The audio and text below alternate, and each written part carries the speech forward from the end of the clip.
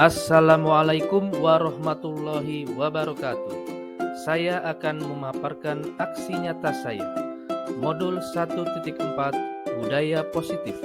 Bersama saya, Agung Trihandoko Hadi Saputro, calon guru penggerak Angkatan 7 dari SDN Batu Ampar 05 Pagi. Perkenalkan, fasilitator saya adalah Bapak Ismail dan pengajar praktik saya adalah Ibu Wiwin Muhyi Susanti. Berikut ini merupakan rancangan tindakan untuk aksi nyata saya. Yang pertama adalah latar belakang. Budaya positif merupakan nilai-nilai, keyakinan-keyakinan, dan kebiasaan-kebiasaan di sekolah yang berpihak pada murid, agar menjadi pribadi yang kritis, penuh hormat, dan bertanggung jawab. Yang mendasari saya membuat rancangan ini untuk membantu guru dalam memahami posisi apa yang tepat untuk dapat mewujudkan budaya positif baik di lingkungan kelas maupun sekolah. Tujuan aksi nyata saya adalah yang pertama, mewujudkan murid yang merdeka dan disiplin diri yang kuat. Kedua, menumbuhkan budaya positif di sekolah dengan meyakini nilai-nilai kebajikan universal. Tolak ukur keberhasilan aksi nyata saya adalah 1. Terbentuknya keyakinan kelas melalui kegiatan kesepakatan kelas yang dilakukan guru dan siswa. 2. Siswa mampu menerapkan keyakinan kelas. Selanjutnya, lini masa tindakan atau langkah-langkah tindakan yang akan dilakukan.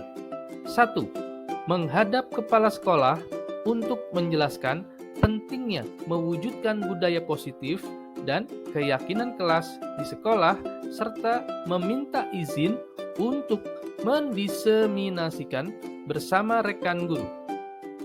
2. Mengumpulkan rekan-rekan guru untuk melakukan diseminasi pemahaman materi budaya positif atau keyakinan kelas dan segitiga restitusi. 3. Berkoordinasi dan berkolaborasi dengan wali kelas untuk membuat keyakinan kelas. 4. Memantau, merefleksikan, dan mengevaluasi keyakinan kelas yang telah dibuat. Berikut ini adalah dukungan yang dibutuhkan. 1. Dukungan dari kepala sekolah, rekan-rekan guru, serta siswa-siswa SDN Batu Ampar 05 Pagi agar tindakan yang disusun dapat dilakukan dengan baik. 2. Sarana dan prasarana untuk menumbuhkan budaya positif di sekolah. 3. Para orang tua siswa yang dapat mendorong putra-putrinya untuk mewujudkan budaya positif di sekolah. Berikut ini merupakan kegiatan diseminasi di sekolah mengenai pemahaman dan pengalaman budaya positif. Assalamualaikum warahmatullahi wabarakatuh. Alhamdulillahirrahmanirrahim. Wa bihi nasta'in ala umur dunia wa din. Wassalatu wassalamu ala asrafil anbiya'i wal mursalin Sayyidina Muhammadin wa ala alihi wa sahbihi ajma'in. Yang sama-sama kita hormati Bapak Pimpinan SDN Batu Ampar 05 Pagi, Bapak Sudarjat SPD. Terima kasih Bapak. Rekan guru yang tanpa saya sebutkan satu persatu, selamat datang juga kami ucapkan kepada Ibu Amel. Pas banget ya sepertinya kita bisa ketemu bareng. Alhamdulillahirrahmanirrahim, segala puji bagi Allah yang telah melimpahkan rahmat dan karunia kepada kita di pagi hari ini yang cerah, yang tadinya agak sedikit gerimis sudah cerah nih, secerah hatinya Pak Abdillah sepertinya. Dan kita semua ya, itu adalah tanda syukur kita kepada Allah. Salawat dan salam tercurah pada baginda Rasulullah SAW. Semoga kita menjadi orang-orang yang pandai seperti apa yang diajarkan Rasulullah ketika zaman jahiliyah. Sekarang sudah zamannya teknologi yang luar biasa. Baik Bapak Ibu sekalian, mohon izin Bapak Kepala Sekolah, Pagi ini kita akan mengikuti diseminasi dalam rangkaian acara salah satu tugas dari guru penggerak. Hal ini teman kita Bapak Agung Tri Handoko, SPD SE, ST juga ya Pak ya. Ini 3 gelarnya, jadi memang banyak banget ya. Hari ini beliau akan menyampaikan satu tugas di hadapan kita semua sebagai perwujudan dari tugas modul dari 1.4 ya. Di sini lebih kepada budaya positif dari judul yang beliau berikan nanti akan ada tayangan budaya positif untuk lingkungan kita, khususnya untuk rekan-rekan kerja, rekan-rekan guru di sini. Baik, untuk tidak memperpanjang waktu, marilah kita buka, mudah-mudahan acara ini dapat berjalan dengan baik dan apa yang disampaikan Bapak Agung bisa kita serap dan kita terima sebagai ilmu yang baru mungkin. Karena kita bukan guru penggerak, jadi banyak ilmu yang bisa kita ambil dari kegiatan pagi hari ini. Baik Bapak Ibu, izinkan kita berdoa bersama dengan membaca basmalah. Bismillahirrahmanirrahim. Sebelum Bapak Agung menyampaikan PPT-nya atau materi yang akan disampaikan, mari sama-sama kita mendengarkan sambutan dari Bapak Pimpinan SDN Batu Ampar 05 pagi yang terhormat Bapak Supraja, SPD Presiden.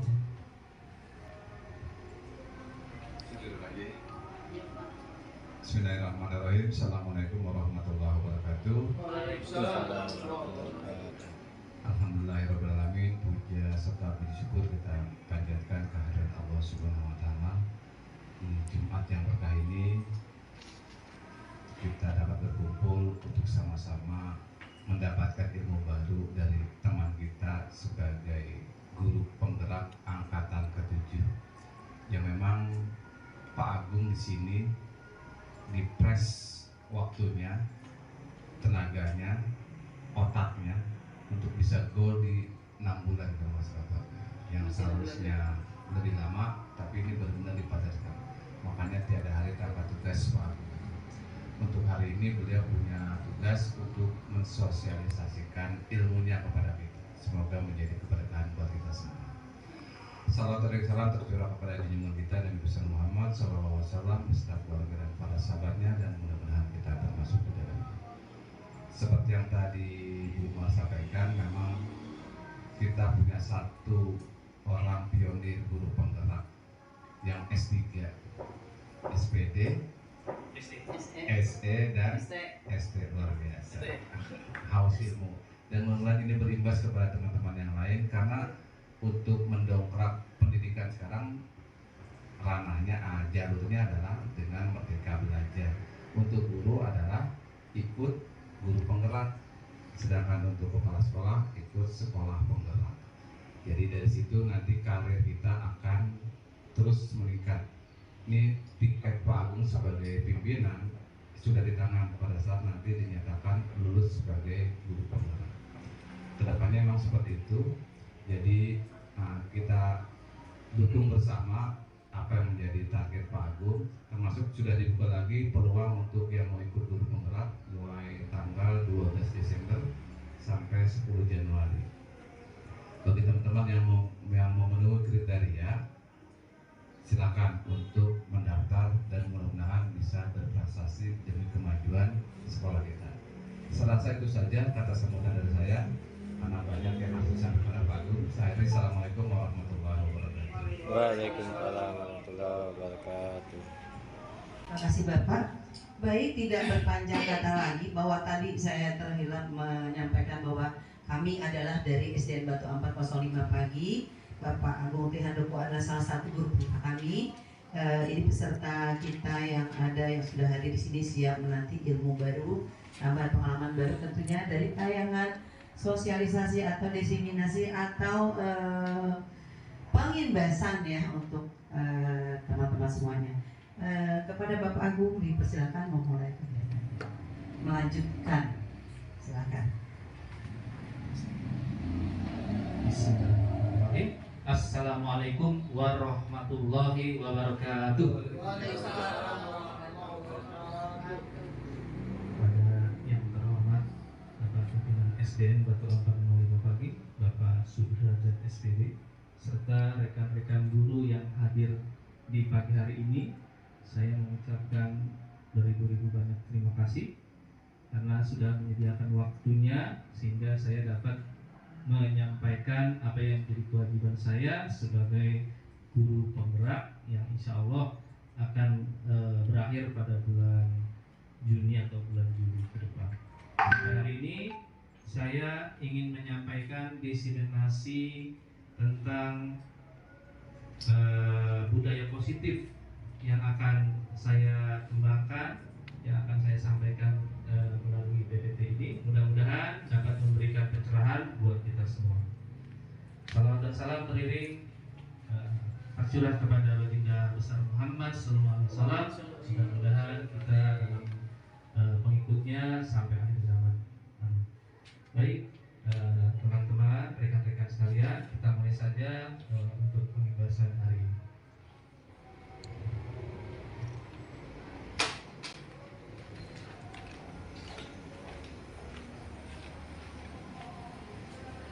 Baik, izinkan saya mengucapkan selamat datang kepada para guru hebat peserta diseminasi pemahaman dan penerapan budaya positif yang akan nantinya coba kita bangun bersama, tentunya melalui kolaborasi yang sangat baik sehingga akan menghasilkan output yang baik pula. Baik, kita mulai dengan konsep utama modul budaya positif. Konsep utama modul budaya positif ini meliputi perubahan paradigma belajar. Yang kedua, disiplin positif. Kemudian yang ketiga, kebutuhan dasar manusia. Yang keempat, motivasi perilaku manusia. Yang keempat, posisi kontrol restitusi. Dan yang terakhir, segitiga restitusi.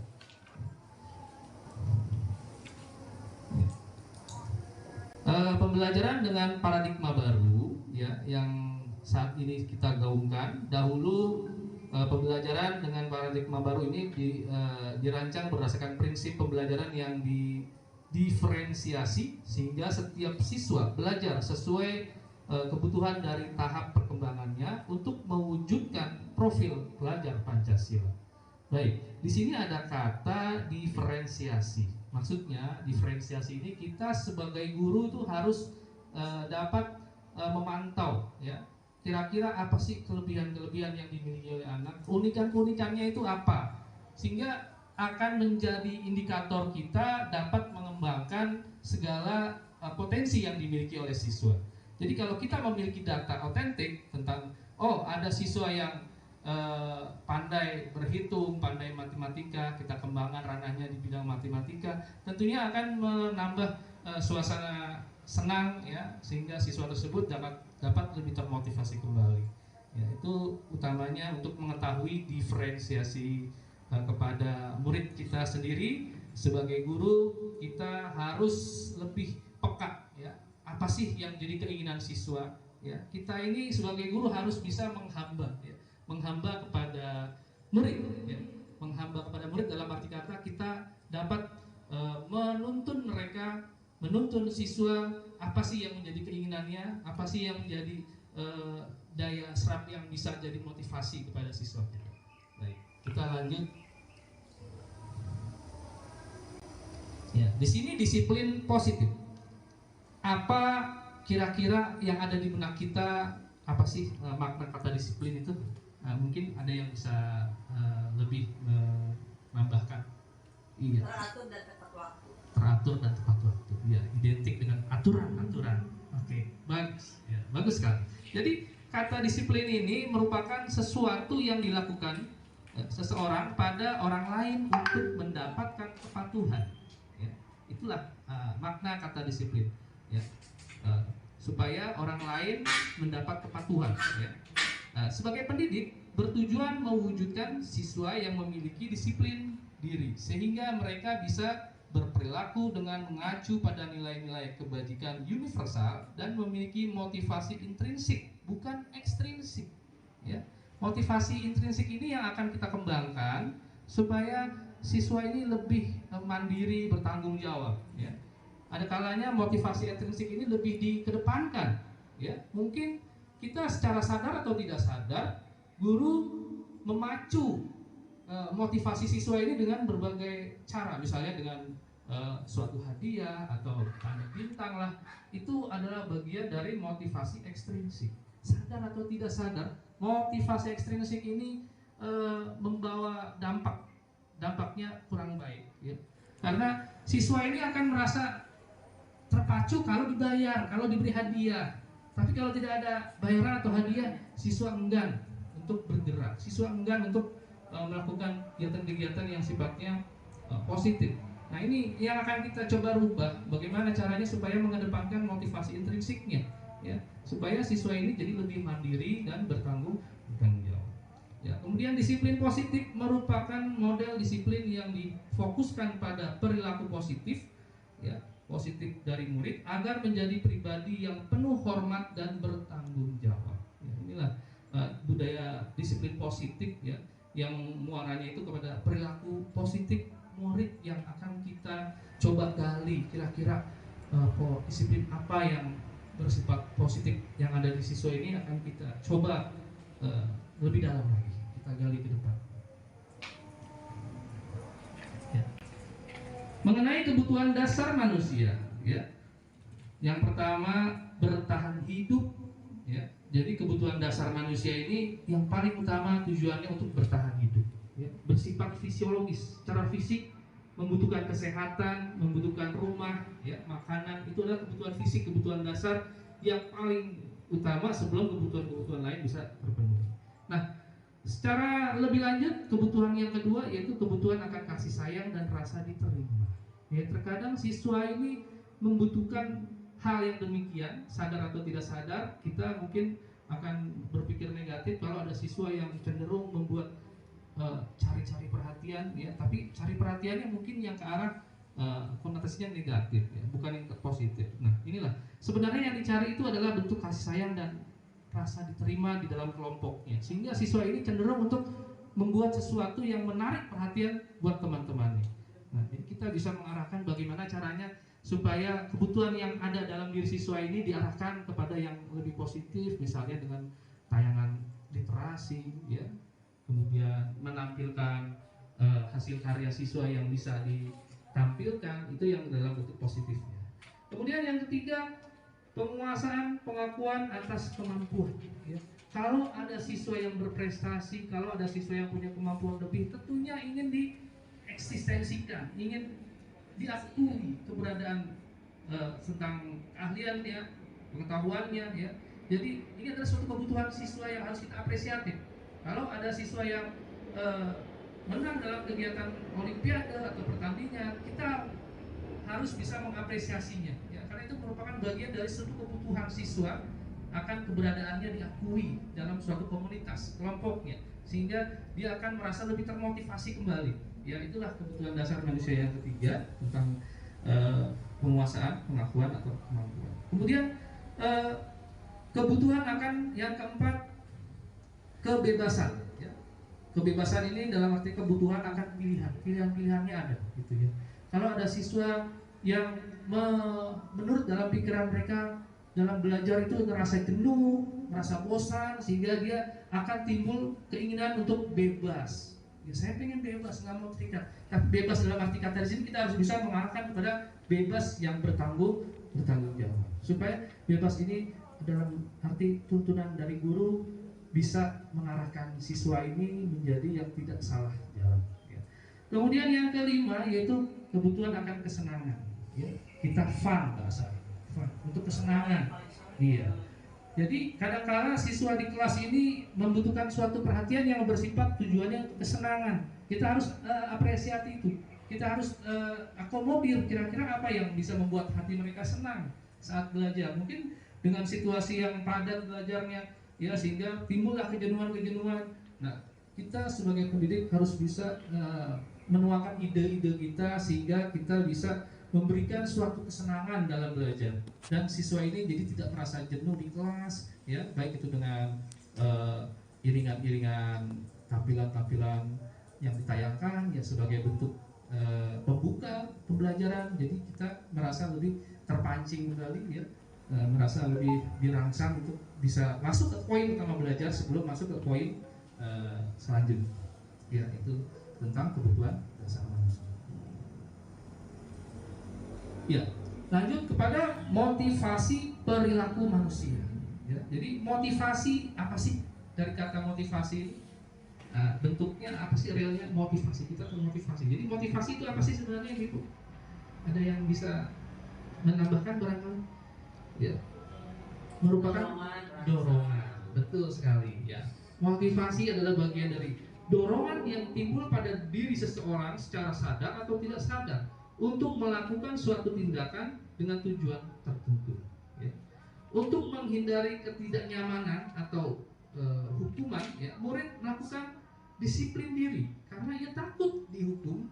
Ya, ini merupakan motivasi ekstrinsik. Ya. Saya mau disiplin, saya mau patuh karena ada tanda kutip di situ karena adanya hukuman.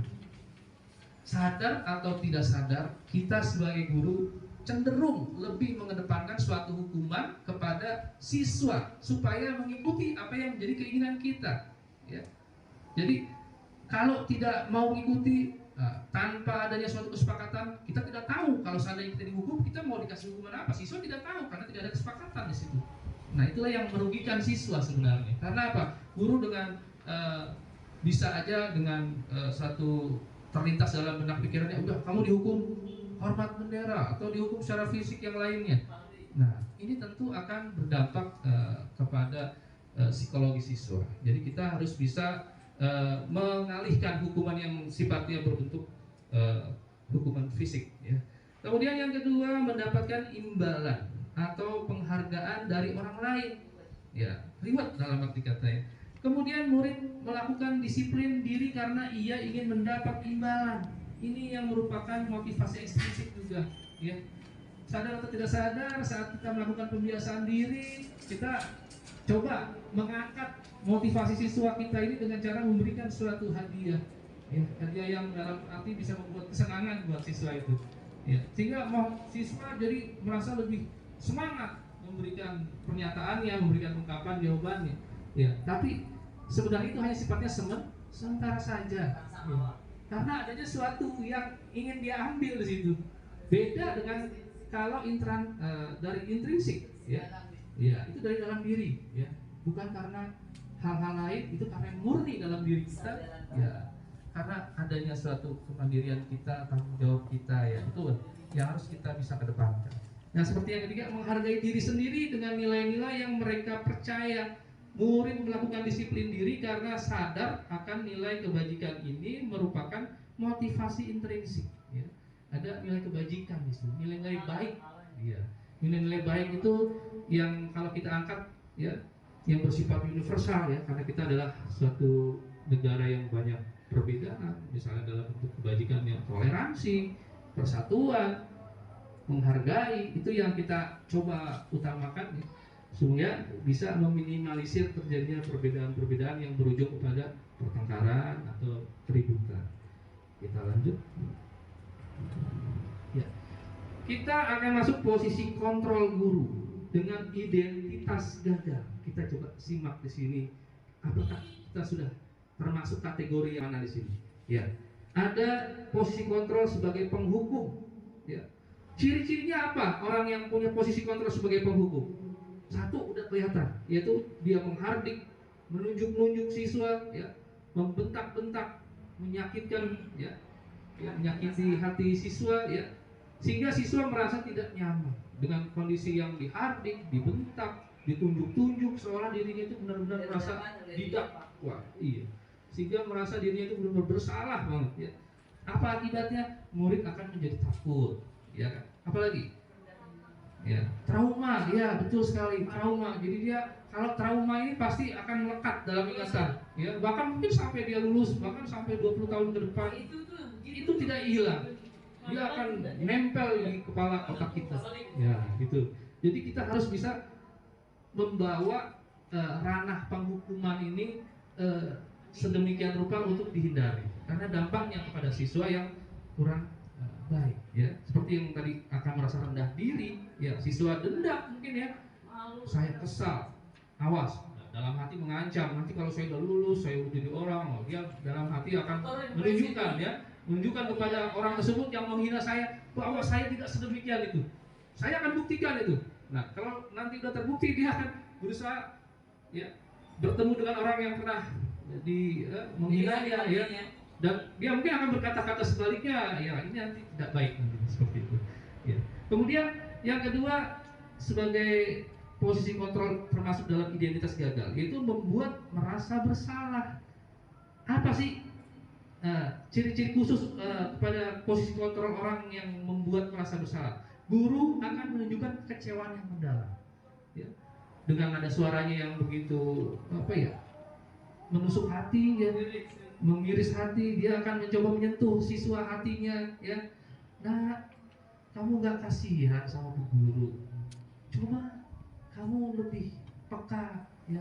Nanti gimana kalau ibu guru nanti ditegur sama kepala sekolah. Jadi seolah-olah dengan mengetuk hati siswa jadi orang yang merasa betul bersalah, ya.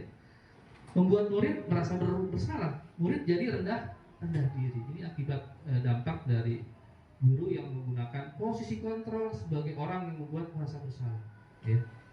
Mungkin karena dia tidak mau marah-marah sehingga dia menggunakan cara ini. Iya. Jadi dia menggunakan cara yang kedua, membuat merasa bersalah sehingga siswa itu benar-benar merasa bersalah. Tapi dampaknya juga kurang bagus, ya. Ya, kita coba lagi ke posisi yang selanjutnya. Di sini ada posisi kontrol guru dengan identitas sukses. Apa saja itu? Ada posisi kontrol sebagai teman, ada posisi kontrol sebagai pemantau, dan yang terakhir ada posisi kontrol sebagai manajer. Nah, posisi kontrol sebagai teman, apa sih ciri-cirinya? Nah, ini guru yang memiliki ciri-ciri sebagai posisi kontrol sebagai teman. Guru berkata, lakukanlah demi bapak atau ibu. Ya sudah, nanti bapak ibu bantu. Ya, sebagai layaknya seorang teman, kalau ada yang minta bantuan, ya udah, nanti kita bantu. Ya, itu ciri-ciri khususnya. Sehingga murid akan merasa bergantung terus kepada orang lain. Ya, jadi karena ada posisi sebagai teman, tenang, ada teman sejati saya. Kalau saya susah tinggal ngomong, insya Allah dibantu. Nah, ini akan membawa dampak seperti itu. Kemudian murid kurang hormat. Coba kita bayangkan kalau kita terlalu dekat, menganggap anak peserta didik sebagai teman, tentu efek dampaknya anak akan berbalik menganggap kita sebagai teman, ya. Padahal kita secara usia jauh, ya. Nah, terkadang siswa melontarkan kalimat-kalimat yang tidak sepantasnya kepada guru karena merasa sebagai teman. Nah, jadi kita merasa kurang mendapat penghormatan yang baik kalau siswa benar-benar menempatkan kita sebagai teman, walaupun ada dampak positif, ya. Ya, ini dampak negatif salah satunya. Kemudian cenderung bersenda gurau. Nah, guru akan cenderung bersenda gurau kepada murid, ya, karena dia menganggap posisi sebagai teman adalah posisi yang terbaik mungkin dalam benak pikirannya. Iya, dengan dekat kita bisa menyentuh hati siswa sehingga kita bisa mengarahkan kepada hal-hal yang sudah kita rencanakan, ya. Itu salah satu mungkin dampak yang bisa digunakan. Kemudian yang keempat, posisi kontrol guru sebagai pemantau. Ya, apa yang menjadi ciri-ciri guru sebagai pemantau? Nah, guru akan menghitung, mengukur. Misalnya, kesalahan pertama masih diberikan teguran, kesalahan kedua diberikan peringatan, kesalahan ketiga dan seterusnya. Itu diukur, udah berapa banyak kesalahannya. Nah, kemudian guru akan berkata, apa peraturannya, apa konsekuensinya, ya. Itu akan dihubungkan, dikaitkan dengan apa peraturannya, apa konsekuensinya, karena di situ udah ada mungkin kesepakatan yang sudah ditempuh oleh guru kepada siswa. Kalau seandainya ada kesalahan seperti ini, ada konsekuensinya, dan itu harus kamu pertanggungjawabkan. Nah, ini jadi suatu bentuk pemantau, ya. Murid menyesuaikan jika diawasi, ini dampak negatif, ya, karena posisi pemantau ini kalau ada gurunya dia diam. Gurunya lagi sedang keluar sebentar atau ke kamar kecil, nah dia buat gaduh, dia buat onar, karena tidak dipantau. Nah, inilah salah satu bentuk kelemahan posisi pemantau, ya, kontrol pemantau. Murid akan berkata, apa yang sudah saya dapatkan, ya. Apa yang saya dapatkan kalau saya melakukan itu? Apa konsekuensinya? Oh, saya dapat hadiah, saya mau ikut. Ada hadiahnya, saya tidak mau ikut. Ini, ya, karena dia berbicara konsekuensi. Apa konsekuensi positif yang saya dapat kalau Pak Guru berkata seperti ini, saya akan coba lakukan. Kira-kira apa konsekuensi positif? Oh, nanti saya akan berikan ini. Nah, dia merasa termotivasi. Jadi karena sesuatu hal dia mau melakukan sesuatu, ya kan? Jadi ini juga kurang kita harapkan ke situ. Kemudian yang terakhir, posisi kontrol guru sebagai manajer. Apa jadi ciri khususnya guru sebagai manajer? Jadi kalau guru sebagai manajer itu tidak mengedepankan emosi, kalimatnya tidak menunjuk-nunjuk, dia tidak menghardik, dia tidak berkata-kata dengan kasar, dengan melemahkan hati siswanya. Jadi cenderung guru akan berkata, apa keyakinan kelas yang sudah kita sepakati. Nah, dalam kelas mungkin pada saat perjanjian masuk pertama kali kita udah ada kesepakatan kelas, baik tata tertib, ya kan, bagaimana jalannya pembelajaran di kelas supaya tertib, mungkin harus bisa menghargai, menghormati, ya kan. Kemudian juga harus bisa hal-hal yang disepakati ini tidak boleh dilanggar. Kalau dilanggar itu adalah bentuk yang harus dipertanyakan karena sudah dalam perjanjian di situ. Jadi ada tindakan guru yang bertindak sebagai manajer. Kalau ada siswa yang melanggar tentang kesepakatan kelas, maukah kamu memperbaikinya? Ya, mau Pak Guru? Baik. Kalau mau, kira-kira kamu akan jadi orang seperti apa kalau kamu kesepakatannya dilanggar terus diperbaiki? Saya akan jadi orang yang bertanggung jawab, mandiri, dan itu yang akan kita gapai. Tanggung jawab dan kemandirian siswa dalam memecahkan suatu masalah. Murid jadi mandiri, tanggung jawab, memecahkan masalah. Ya, jadi berpikir kritis di situ. Kalau saya punya kesalahan begini, bagaimana saya memperbaikinya? Dia berpikir, oh dia bisa menyelesaikan. Dia bicara langsung sama gurunya, saya akan begini, saya akan begini. Nah, itu akan merangsang siswa untuk menyelesaikan masalahnya dengan cara berpikir kritis. Nah, inilah salah satu posisi kontrol yang akan digunakan oleh para pendidik kita, ya. Mungkin kita kalau berbicara ke belakang masa lalu, saya dulu bersekolah kebanyakan gurunya menggunakan posisi kontrol sebagai apa? Sebagai, pasti jawabannya sama. Oh, sebagai penghukum. Baik itu hukuman fisik maupun hukuman-hukuman yang sifatnya verbal, ya. Itu cenderung. Tapi untuk zaman now, ya, kita diarahkan untuk memperbaiki suatu kesalahan itu dalam bentuk tanggung jawabnya, kemandiriannya, berpikir kritisnya untuk dapat menyelesaikan masalah-masalah ini. Itulah yang kita coba arahkan. Baik, ini kita masuk kepada konsep penyelesaian pelanggaran dengan restitusi. Sebelum kita melangkah lebih jauh, kita pahami dulu apa itu restitusi. Ya, jadi restitusi adalah suatu proses menciptakan kondisi bagi murid untuk memperbaiki suatu kesalahan mereka sehingga mereka bisa kembali pada kelompok mereka dengan karakter yang lebih kuat. Ya, ini adalah dasar dari pengertian restitusi. Jadi intinya adalah memperbaiki kesalahan mereka, ya, sehingga menjadikan mereka karakter yang kuat ke depannya. Nah, ini ada bagian segitiga restitusi. Ya. Dalam menyelesaikan suatu masalah karena dia melakukan suatu pelanggaran keyakinan kelas, langkah paling awal adalah dengan menstabilkan identitas. Kita tidak mencari kesalahan siswa di sini, ya, tapi kita stabilkan identitasnya dengan cara setiap orang pasti pernah melakukan kesalahan. Pak Guru pun, ya, yang notabene mengajarkan kebaikan-kebaikan di sekolah pasti punya kesalahan. Itulah dasarnya manusia, ya, pasti memiliki suatu kesalahan. Ini sebagai argumen untuk menenangkan, ya. Jadi bukan kita lah orang yang paling benar, ya. Pasti kita sebagai manusia memiliki kesalahan-kesalahan. Ya, kamu juga bukan satu-satunya yang pernah melakukan kesalahan ini. Sebelum kamu melakukan ini pasti ada siswa-siswa yang lain. Ya, jadi ini untuk bukannya berarti membenarkan kesalahan siswa, tapi untuk menstabilkan. Ya. Ini adalah langkah, betul. Ini langkah yang paling awal yang coba kita kembangkan ke depan. Restitusi ini sebagai bagaimana menyelesaikan suatu permasalahan siswa. Kemudian yang kedua, memvalidasi. Ya, validasi tindakan yang salah. Ya, kalau adanya suatu pelanggaran keyakinan kelas, misalnya ada anak yang saat berupacara dia tidak menggunakan topi, dasi, ya kan? Kita langsung jangan menjas karena ini begini. Ya. Nah, kamu hari ini upacara kan? Iya Pak. Kira-kira apa yang kurang dari kamu? Saya tidak pakai topi, tidak pakai dasi Pak. Nah, tidak apa-apa. Nah, setiap orang pasti punya kesalahan. Ya, pasti pernah melakukan suatu kesalahan. Kemudian kamu bukan satu-satunya siswa yang pernah melakukan kesalahan itu. Nah, jadi kita membesarkan hati. Ya. Tapi kalau terus-terusan Ini adalah satu bentuk restitusi ya yang kita jalani. Ya, yang kedua. Nah, ini yang kedua adalah validasi tindakan yang salah. Kamu tentu punya alasan mengapa kamu melakukan kesalahan ini. Pasti punya alasan. Mungkin dengan alasan yang ada dalam pikirannya, saya terburu-buru Pak, rumah saya jauh, jadi saya buru-buru sampai pada saat mau berangkat saya lupa. Tapi tidak mungkin saya balik Pak, rumahnya jauh. Pasti alasannya seperti itu biasanya.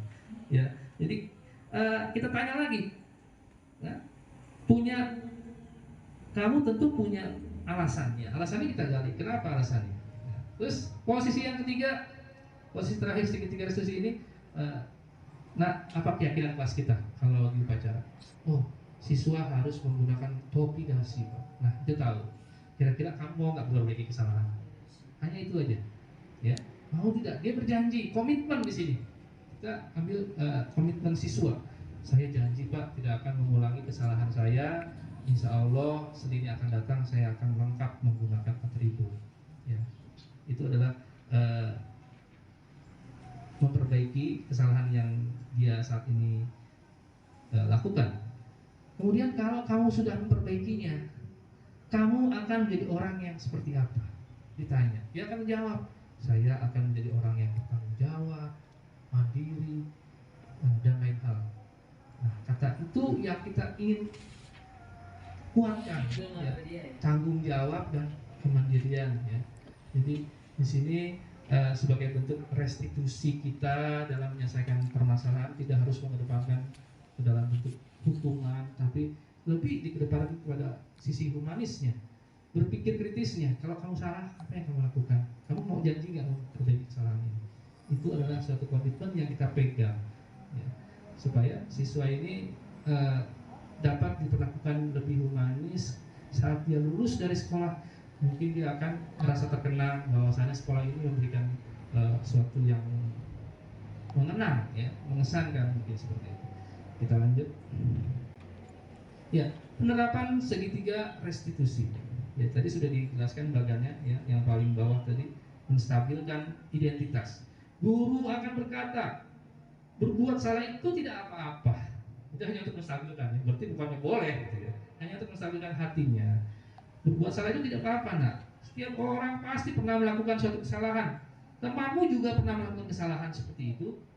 Nah, kita bisa menyelesaikan ini. Ya, itulah bentuk menstabilkan identitas. Kemudian langkah selanjutnya yang kedua, validasi tindakan yang salah. Guru akan berkata, kamu tentu punya alasan ya, nak, mengapa kamu melakukan kesalahan ini. Ya. Tadi dia akan mencoba menjawab dengan jujur, ya, menjawab dengan kronologinya kenapa dia bisa melakukan kesalahan itu, dan yang ketiga menanyakan keyakinan. Kira-kira apa keyakinan kelas yang sudah disepakati bersama saat itu? Kalau kamu melakukan kesalahan, kamu merasa nggak kesalahan itu ada? Ya, saya merasa itu suatu kesalahan saya. Kira-kira mau perbaiki tidak? Saya akan berusaha ke depan memperbaiki, ya kan? Kemudian kamu akan jadi orang yang seperti apa kalau kamu sudah bisa memperbaiki kesalahan. Nah, ini yang kita gali karena merefleksi diri, ya. Dengan merefleksikan diri, siswa akan berpikir, ya, ke depan, sehingga menerawang impian-impian apa yang ingin dia gapai, jadi pandai berefleksi, jadi menggapai suatu impian, cita-cita. Jadi ke depannya itu akan kita coba arahkan seperti itu, merefleksikan diri. Ya. Kemudian keyakinan kelas. Di sini tadi sudah kita angkat tentang keyakinan kelas, tapi ini bukan seperti materi yang baru dengar mungkin keyakinan kelas. Ya, mungkin kalau kita sebagai mahasiswa ya yang jurusan pendidikan, guru sekolah dasar, ya ini mungkin baru dengar atau apalah gitu ya. Keyakinan kelas ini merupakan kesepakatan kelas. Ya, kesepakatan kelas yang diyakini bersama oleh guru dan siswa selama proses pembelajaran. Kesepakatan disusun dan dikembangkan bersama-sama antara guru dan siswa. Kesepakatan kelas menuntun nilai-nilai positif. Apa nilai-nilai positif yang akan diangkat, yang akan disepakati di situ? Berujung pada keyakinan kelas. Ya, kesepakatannya disiplin waktu, ya, kemudian menghargai, menghormati, dan lain sebagainya. Dari sekian banyak kesepakatan itu, mana yang akan menjadi keyakinan kita? Itulah namanya keyakinan. Ya, misalnya gini, yang belakang. Kalau orang naik sepeda motor pakai apa? Pakai helm. Iya. Pakai helm. Ya, pakai helm. Jadi kenapa pakai helm? Nah, keselamatan. Berarti keyakinan kelasnya bukan helm ya, tapi untuk keselamatan. Nah, itulah keyakinan kelas yang disepakati. Ya. Jadi muaranya itu untuk apa? Ya, jadi untuk keselamatan. Gitu ya. Ya, kalau kita disiplin, muaranya untuk apa? Tanggung jawab, mandiri dan lain sebagainya. Gitu ya. Kemudian masuk pada kegiatan pembuatan keyakinan kelas. Kita melibatkan siswa. Apa sih keyakinan kelas yang ingin kita gali, yang ingin kita cari, yang ada di benak siswa, yang ada dalam pikiran siswa, yang ingin dituangkan oleh siswa, sehingga akan menjadikan suatu keyakinan di situ. Sehingga akan menjadi dasar untuk perilaku mereka, tidak boleh seperti ini, tidak boleh seperti itu, karena ada keyakinan yang dia yakini bahwasannya itu sudah disepakati, jangan dilanggar. Ya, ya. Jadi siswa berdiskusi tentang keyakinan kelas apa yang akan kita coba sampaikan kepada guru, sehingga nanti akan sepakat. Oh, saya setuju dengan keyakinan ini, saya setuju dengan kesepakatan ini. Setujunya mereka ini akan ditingkatkan menjadi suatu keyakinan. Nah, itulah maksudnya. Kemudian setelah disetujui, guru akan mungkin menempel di mading atau menempel di suatu tempat yang bisa dibaca sehingga siswa akan selalu ingat, ya. Disosialisasikan, selalu diberikan pengingat supaya siswa ini jangan lupa kita punya kesepakatan kelas seperti ini. Ya, itulah kita harus jangan bosan-bosan memberikan suatu peringatan, misalnya tentang kebersihan. Kita tentu tahu setiap Senin itu nggak jauh dari mengingatkan siswa jaga kebersihan, buang sampah pada tempatnya. Itu adalah suatu bentuk keyakinan yang mesti kita ingatkan, ya, supaya siswa ini merasa benar-benar bahwa kebersihan itu adalah suatu kesepakatan yang harus dijalani bersama. Ya, itu bentuknya seperti itu. Nah, ini ada keyakinan kelas 6A yang sudah disepakati, meliputi ada disiplin waktu, bel berbunyi, masuk, berarti siswanya udah siap di kelas. Kalau ada yang mau ke belakang, ada kamar kecil, bagaimana caranya supaya tidak mengganggu pembelajaran di kelas, ya. Kemudian saat pembelajaran berlangsung, bagaimana caranya supaya tertib di kelas, ya. Belajar dengan sungguh-sungguh, tidak bermain-main, ya. Menghormati, menghargai dan toleransi, karena kita adalah satu bentuk keragaman di kelas yang tidak kita bisa pungkiri, ya, terdiri dari berbagai macam suku, agama mungkin. Kemudian mengerjakan soal tugas sekolah, ya. Kalau ada tugas jangan ditunda-tunda, dikerjakan tugasnya. Kemudian ada diskusi, kerjasama, saling membantu sebagai bentuk kolaborasi. Menjaga kebersihan kelas, ya. Ada petugas-petugas piket yang punya tanggung jawab di sini, harus bisa dijalankan. Tidak melakukan tindakan kekerasan kepada teman yang berujung kepada perkelahian. Itu adalah suatu bentuk kesepakatan kelas. Siswa tidak membawa kendaraan bermotor, itu pun juga satu bentuk kesepakatan, karena udah ada rambu-rambunya yang siswa hanya boleh menggunakan sepeda, tapi tidak boleh menggunakan kendaraan bermotor, apalagi diparkir di sekolah. Ini karena salah satunya siswa belum memiliki SIM, usianya belum 17, ya. Jadi belum ada tanggung jawab ke situ, ya. Nah, ini kesepakatan kelas yang sudah disepakati. Siswa akan mencoba mematuhi, ya, karena ini disepakati seperti ini. Ya, penerapan disiplin positif. dalam penerapan disiplin positif, hendaknya guru memiliki standar kepribadian di mana guru mampu berefleksi pada posisi sentralnya. Sebagai seorang among atau posisi manajer, guru senantiasa menuntut murid menjadi insan yang mandiri, merdeka, dan bertanggung jawab. Ya, ini adalah suatu bentuk tantangan buat kita sebagai pendidik supaya bisa memberikan dampak ya untuk disiplin positif buat sekolah kita. Ya, sebelum saya akhiri, saya sudah mencoba tentang restitusi, menyelesaikan suatu permasalahan pelanggaran kesepakatan. Ya, di sini ada salah satu siswa yang melanggar kesepakatan tentang disiplin, utamanya pada saat upacara kalau dia menggunakan topi dasi, tapi dia bertugas menjadi petugas paduan suara tapi tidak membawa pianika misalnya. Ya, sebagai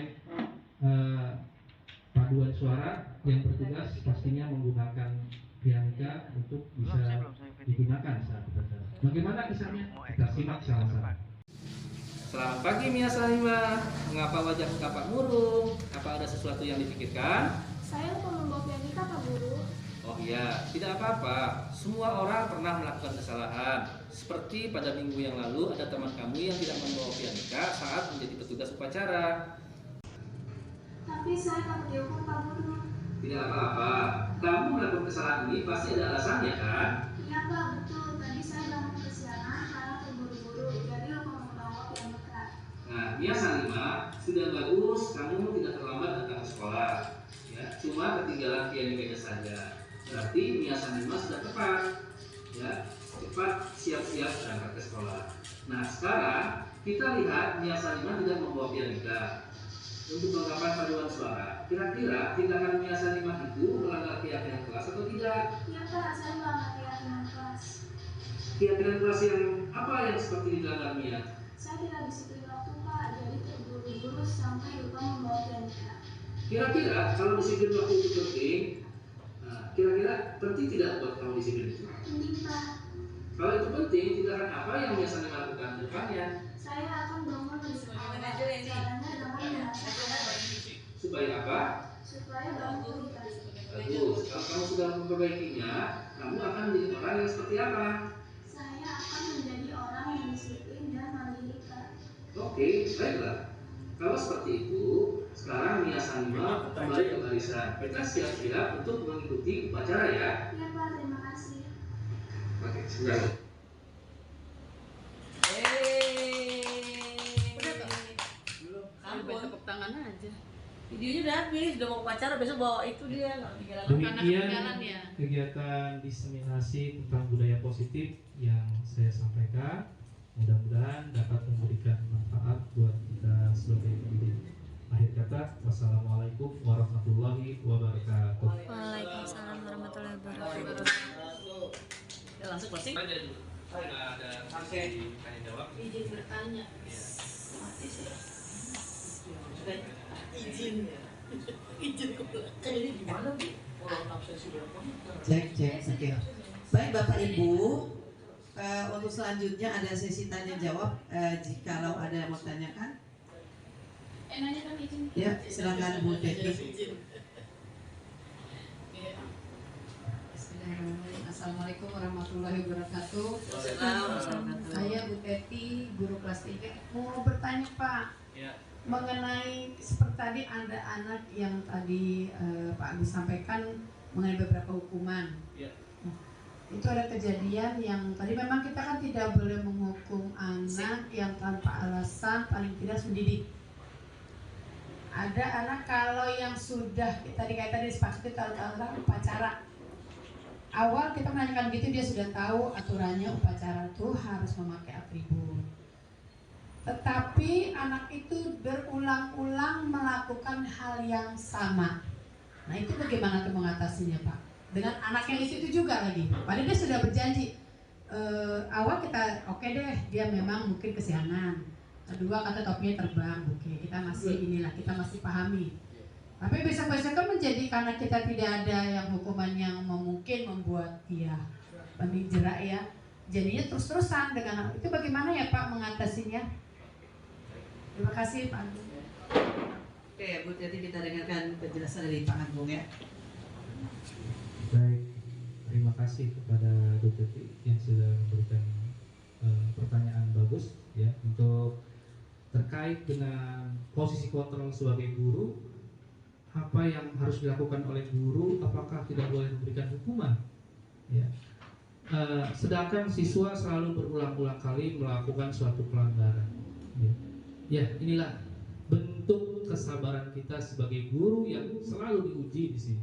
Dengan kesalahan yang sama, ya, siswa yang sama, sehingga kita merasa terpancing untuk emosi. Kita pasti ya sebagai manusia pasti emosi, kesal, ya, menghardik barangkali seperti itu. Ya, padahal tujuan kita kalau ada siswa yang melakukan suatu pelanggaran adalah mengarahkan siswa, menuntun siswa sesuai dengan prinsip Ki Hajar Dewantara. Ya, kita menuntun siswa, mengarahkan siswa supaya dapat mengambil langkah-langkah yang baik yang bisa kedepannya menjadikan suatu refleksi buat siswa itu sendiri, bahwasanya suatu kesalahan itu harus kita ingatkan terus. Ya, itulah kita sebagai guru yang menuntun, tujuannya itu menuntun. Ya. Adapun kalau posisi kontrol sebagai penghukum, iya, di situ ada 5 restitusi ya, sebagai penghukum, ya. Kemudian ada juga yang membuat merasa bersalah, ya. Itu adalah dianggap sebagai konsekuensi yang gagal, ya. Kalau kita lihat di tayangan. Iya. Ini ada posisi kontrol guru sebagai penghukum ya. Ini ada juga sebagai pembuat merasa bersalah. Ini disebut sebagai identitas gagal. Boleh Pak Gun, kita bagi. Iya, boleh.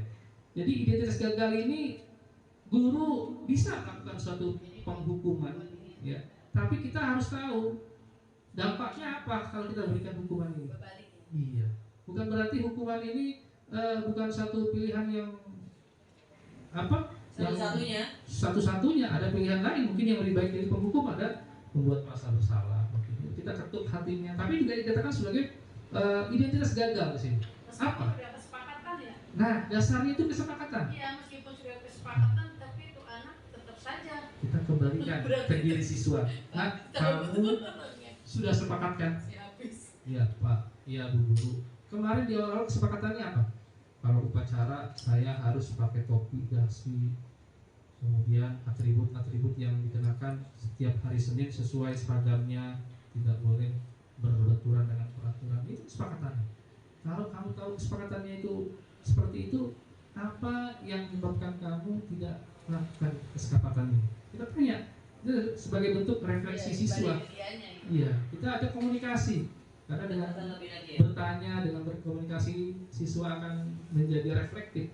Dengan reflektif, kita tuntun siswa ini, ya, kita ingatkan supaya mungkin hari pertama pelanggarannya ada 5, hari berikutnya berkurang. Ya. Kita itu menggunakan restitusi ini tujuannya kedepannya nyari yang terbaik buat siswa kita. Jadi kita menghamba kepada anak, bukan berarti menghardik kepada anak.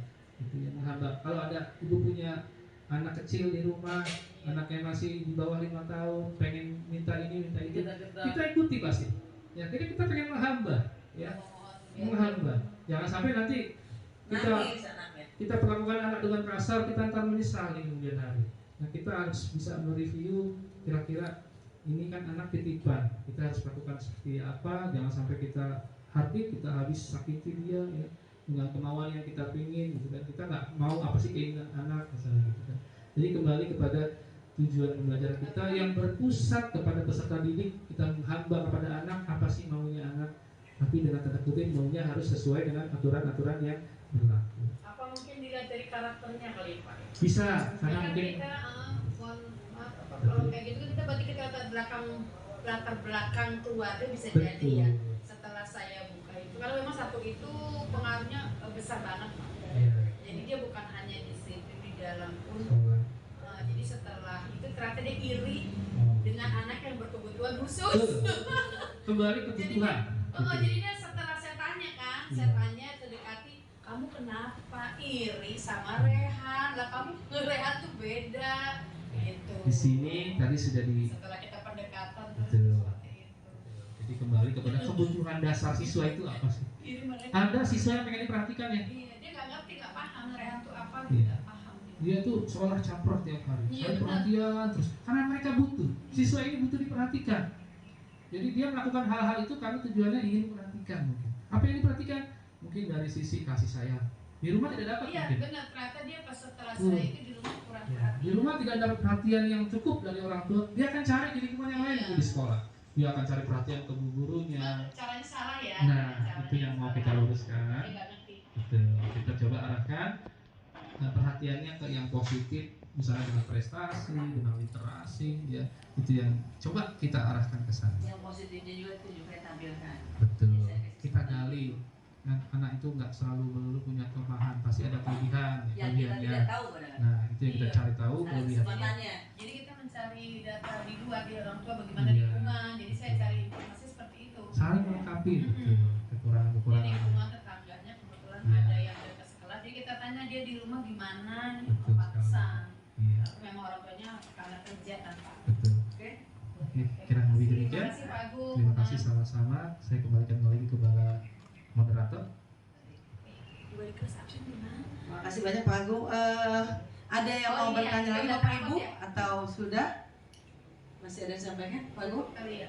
Cukup. Bapak Ibu, bagaimana dengan penjelasan Pak Agung yang sudah panjang lebar dan gamblang? Mudah-mudahan hari ini kita mendapatkan pencerahan dalam cara mendidik atau menangani anak-anak, khususnya membiasakan budaya positif. Walaupun anak ini memang namanya anak ya, pasti kalau tidak salah kayaknya bukan anak-anak. Agak bingung juga nih Pak Agung, karena kalau anak yang terlalu lurus-lurus, kita bingung juga, ngeri. Ini anak terlalu amat gitu. Ya, tapi ketika kita berhadapan dengan anak yang sedikit di luar garis, di luar batas, itu menjadi PR juga buat kita. Dan di sini mungkin menambahkan aja Bu Teti, selain kita dengan Bu Guru atau Bapak Guru, pengenalan kita dengan orang tua, bagaimana di rumah, bagaimana cara orang tua mengopeni anak-anaknya, itu juga menjadi satu hal yang harus dilakukan. Seperti tadi Pak Agung bilang kan, orang tuanya bagaimana di sana, latar belakang gimana gitu Bu Teti ya. Mungkin cara perhatian di rumah, di sekolah memang di rumahnya tidak. Nah itu kita harus tahu kenapa kok anak sampai topinya ketinggalan.